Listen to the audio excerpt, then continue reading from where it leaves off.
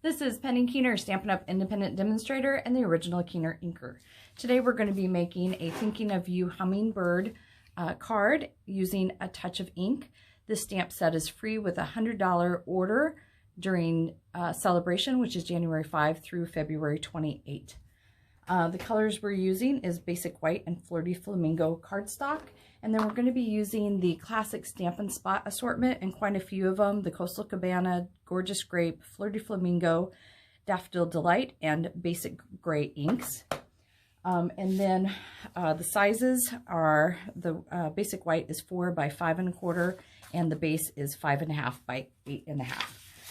To get started, I am using just a scrap piece of paper because we're going to be coloring this cardstock, and it's going to go over so that I don't mess up my background or my table when I'm doing this. So I'm going to secure this. I'm just doing just enough Stamp and Seal on here that it's not going to move around on my paper, but I don't want it to permanently stick down.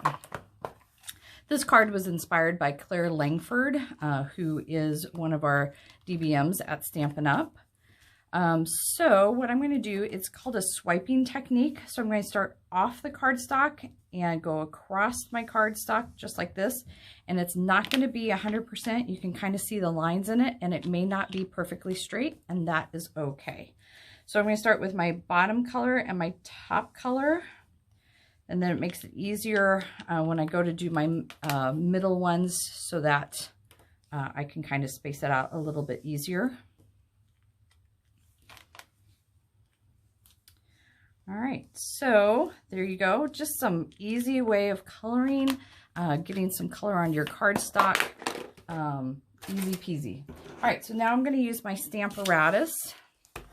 And this is one of the huge benefits of the Stamp-A-Ratus, is the fact that I can get so many stamps on one thing, and because it's all going to be the same color, then I can ink it and do one stamp. So this is why this card is so quick and easy. So I'm going to peel this up.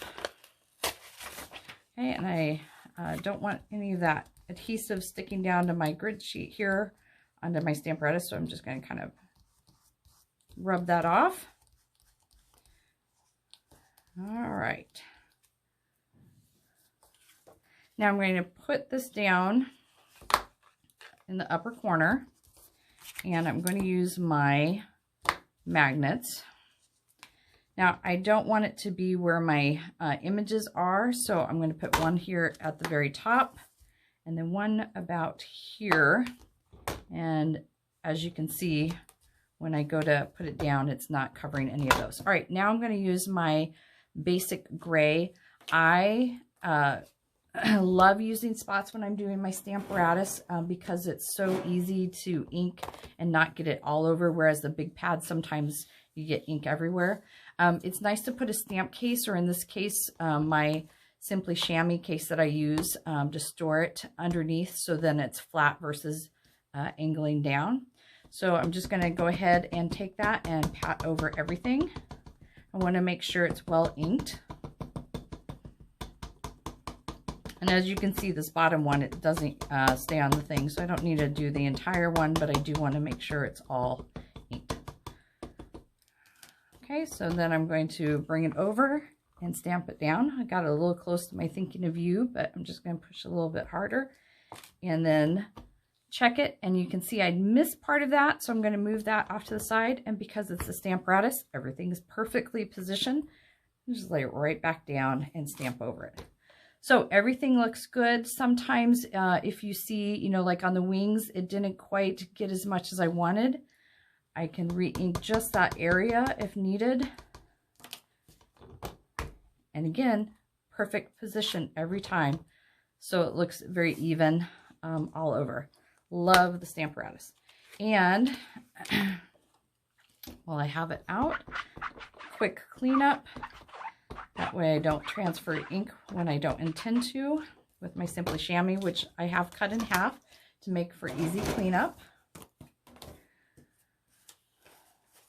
All right, so here's my card. Absolutely beautiful and quick. I'm going to take my Flirty Flamingo. I've already scored it, but I'm going to use my bone folder to give it a nice crease.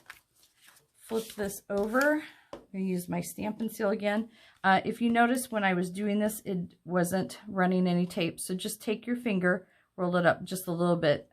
There's a little piece there that didn't have the sticky on it, but once the adhesive is on the thing, it rolls quite easily. All right, all the way around.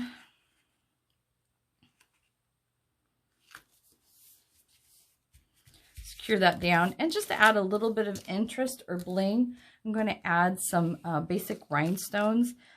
You can pick these up or use our take a pick tool.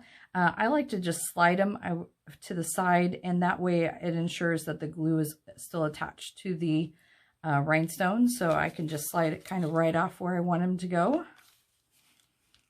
Oop, and that one even flipped over, so I'm going to turn that around. There we go. Oh, and that one didn't want to stay. So there we are. So here's my finished card with a little bit of bling. Here's another one that I did. This one, I used the baby wipe technique. I stamped my image and then I colored where I wanted it to be, because this is one stamp here with the pink and the green, so that I was able to color this one green and those.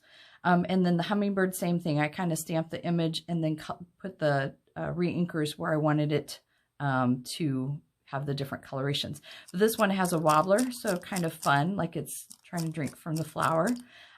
Super fun cards to play with. So again, this one, quick and easy. So why don't hummingbirds sing songs? They only hum because they don't know the words. Please check out my website and subscribe to my channel for quick videos on how you can be a KeenerINKer too.